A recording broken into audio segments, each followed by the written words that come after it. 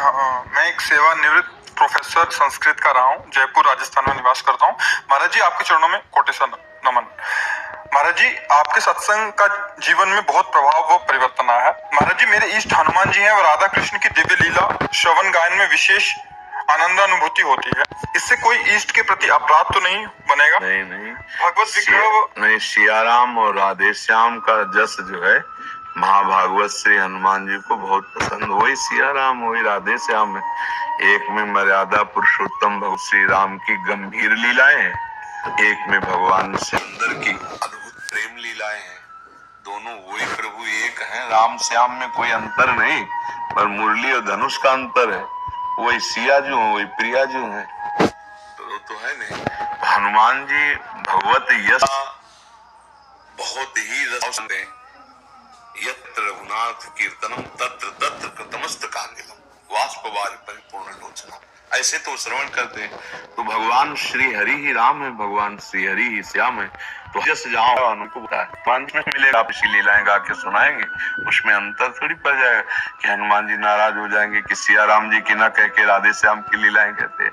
हमें तो ऐसा कभी नहीं लगा कि कोई हमारा नहीं है। जब हनुमान जी को देखते हैं तो वो हमारे लगते, जिधर देखो सब हमारे, क्योंकि वही हमारे प्रभु है ना। एक ही परम तत्व है। पहली बात ये दे मानना है, यदि आप शास्त्रों का स्वाध्याय किए हुए हैं, एको देवा एको ब्रह्म जगह जगह ईशावास्यमिदं सर्वम यत्किंचे जगत्याम जगत। एक ही है, कोई। अब वही सेवक सेव्य का स्वांग रच रहा है। हनुमान जी राम जी के सेवक बनकर उनके चरण पकड़े, राम जी रामेश्वर की स्थापना करके उनके चरण पकड़ के अभिषेक कर रहे। कौन इनमें से स्वामी और कौन सेवक है पहचानना मुश्किल है, क्योंकि वही स्वामी और वही सेवक है। तो हम भगवत यश गान करने में तो ऐसा कभी भेद सोचे ही ना। प्रपंच के लिए सोचे कि यदि हम किसी की निंदा करेंगे, किसी के दोष छिद्रान्वेषण दोष दर्शन करेंगे और दोष वर्णन करेंगे, तो हो सकता है इष्ट अपराध हो जाए। फिर तो पक्का हनुमान जी नाराज हो जाएंगे बकाया। और भगवत यश गाने में तो किसी भी संत महापुरुष का चरित्र गाओ, भगवत यश गाओ, तो उससे हनुमान जी प्रसन्न होंगे, नाराज नहीं होंगे। भगवत विमुखता में वो नाराज हो जाएंगे कि आप उनके दास हैं।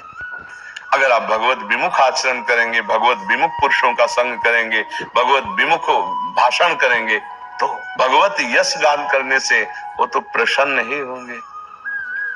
और हनुमान जी की विशेष कृपा इस शरीर पर भी, दास पर भी रही है, क्योंकि प्रारंभ तो अपने जैसे जन्म है ना, तो उधर ही है। वहां तो रामचरित की धूम है, क्योंकि पास में ही प्रयागराज है, ज्यादा अंतराय नहीं। और वहीं राजापुर में गोस्वामी तुलसीदास जी का प्रादुर्भाव हुआ, तो रामचरितमानस का गढ़ है। तो यहाँ तो बचपन से कृपा देखी कि अगर अंधेरे में भाग के गली में जाना होता था तो माँ ने सिखाया था कि हम कहते थे रास्ते में भूत, बोले हनुमान जी बोलना, तो जय हनुमान जय हनुमान जय हनुमान जय हनुमान, आंख मूंद लेते, जा डर लगता और निकल जाते। तो बचपन से अनुभव है। स्कूल में पिटने का नंबर आ रहा है, तो हे हनुमान जी आप कृपा कर ला, तो उससे भी बचत। तो बचपन से लेकर के आगे तक कोई भी हो, तो महावीर हनुमान जी की कृपा वो विद्या गुण निधान है। तो हमें लगता है कि इतना उदार हृदय उनका है कि अगर भगवत यश चाहे राधे श्याम का गाओ, चाहे सिया राम का गाओ, वो कृपा करके प्रेम ही देंगे, वो दुलार ही करेंगे। ऐसा हमारा अनुभव है। और आगे हमें राधे श्याम और सिया राम में तो भेद समझ में नहीं आया, तो अभी तक हमको नहीं मिला। अगर कोई ऐसा मिलेगा फिर उससे बातचीत करेंगे, फिर हमें प्रमाणित हो जाए तो हम समझ पाएंगे। अभी तक तो हमारी समझ में नहीं आया। वाल्मीकि सुंदरकांड पूरा करता हूँ तो बहुत आनंद आता है, अर्थ से बिल्कुल करता हूँ। लेकिन कहीं भी विग्रह में जाता हूँ देखने के लिए, संतों का दर्शन करता हूँ, तो अपने आप को रोक नहीं पाता। बड़ी आपने बड़ी कृपा है, हृदय निर्मल होता है तब ऐसा होता है। और इन अपने भागवतिक सद्गुणों को छुपाया जाए, जिससे हमारे आंतरिक सद्गुण बढ़े। अगर हम अपने आंतरिक सद्गुणों को प्रकाशित करेंगे तो ये अंतर ध्यान हो जाएंगे। ये भागवतिक रहस्य है। तो अपने आंतरिक भागवतिक संबंध को, भागवतिक भावों को जहां तक हो सके गुप्त किया जाए तो ये और बढ़ेंगे और आनंद की प्राप्ति होगी।